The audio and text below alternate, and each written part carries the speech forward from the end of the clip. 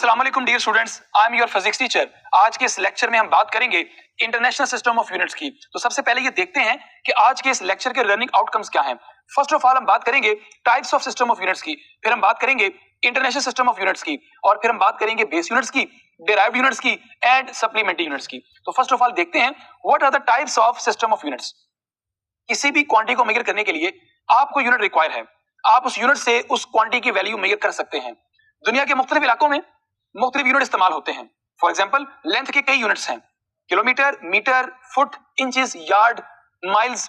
तो there are 3 types of system of units जो मुख्तलिफ इलाकों में इस्तेमाल होते थे। पहला है एमकेएस, सीजीएस एंड एफपीएस। इन सिस्टम के अकॉर्डिंग लेंथ, मास और टाइम के यूनिट्स क्या हैं? M for metre, K for kilogram, S for second. So length का यूनिट मीटर, मास का किलोग्राम, टाइम का second. In CGS C for centimetre, ji for gram and S for second. FPS ये एक British system of units है। F का मतलब foot, length को आप फुट में मेजर करेंगे। उसके बाद P for pound, pound unit है मास का, इसका सिंबल एलबी है। उसके बाद टाइम का यूनिट यहां भी सेकंड है। तो these are 3 types of system of units जो मुख्तलिफ इलाकों में इस्तेमाल होते थे। अब इनसे प्रॉब्लम यह है कि जब आप किसी और कंट्री में जाते हैं तो वहां यूनिट ऑफ यूनिट्स कुछ और हैं, यहाँ यूनिट्स कुछ और हैं, तो कम्युनिकेट करने में और मेजरमेंट के अंदर प्रॉब्लम आती है। तो डिसाइड ये किया गया कुछ यूनिट्स ऐसे हों जो स्टैंडर्ड हों, जो इंटरनेशनल यूनिट्स हों, कि पूरी दुनिया में वो यूनिट्स यूज होंगे। तो अब हम बात करते हैं इंटरनेशनल सिस्टम ऑफ यूनिट्स की, जिसे आप एसआई यूनिट्स भी कहते हैं।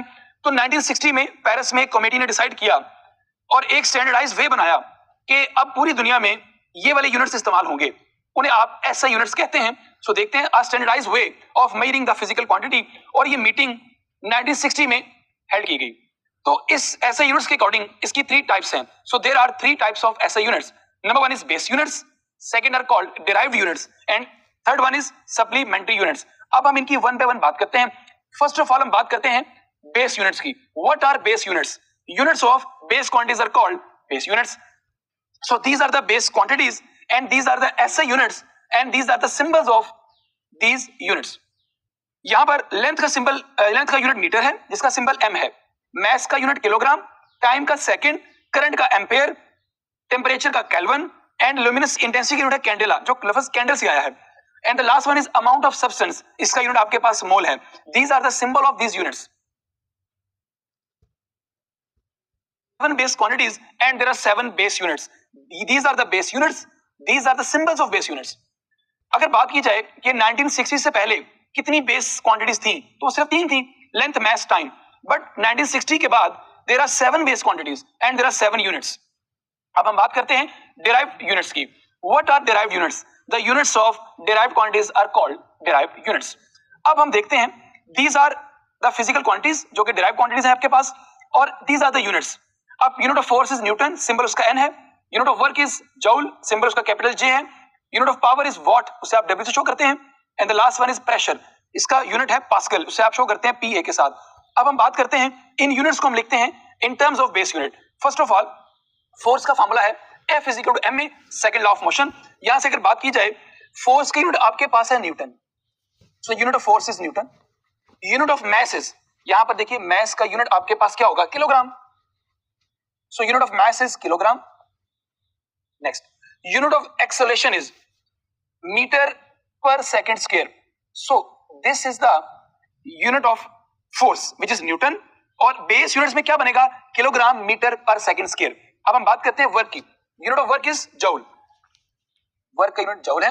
फॉर्मूला क्या वर्क का? FD, force multiply by displacement. अब यूनिट ऑफ फोर्स आप निकाल चुके हैं, वो न्यूटन है। सो ये देखिए ये बन जाएगा न्यूटन मीटर। अब आप यहां पर न्यूटन की वैल्यू पुट कीजिए। The value of newton is kilogram metre per second square, newton की वैल्यू आ गई, और metre as it is.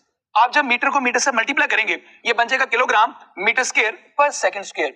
So this is unit of work, that is joule, kilogram metre square per second square. अब हम बात करते हैं power की। पावर का फॉर्मूला है वर्क ओवर टाइम। अब देखिए पावर का यूनिट है वॉट, वर्क यूनिट आप निकाल चुके हैं। देखिए this W is not the work, it is a watt. Work का यूनिट आपके सामने है, that is equal to kilogram metre square per second square. तो ये आपके पास यूनिट आ गया वर्क का, divided by time. Unit of time is second. अब जब आप सेकंड को ऊपर जाकर मल्टीप्लाई करेंगे सो ये आपके पास बन जाएगा kilogram metre square per second cube. This is the unit of power that is equal to watt. And the last one is pressure. The formula of pressure is force over area. हमें first of all ये देखना है कि area किसके equal होता है. Area का formula आपके पास है. अगर आप रेक्टेंगुलर या स्क्वायर की बात करें, length multiply by width. L is the length, W is the width.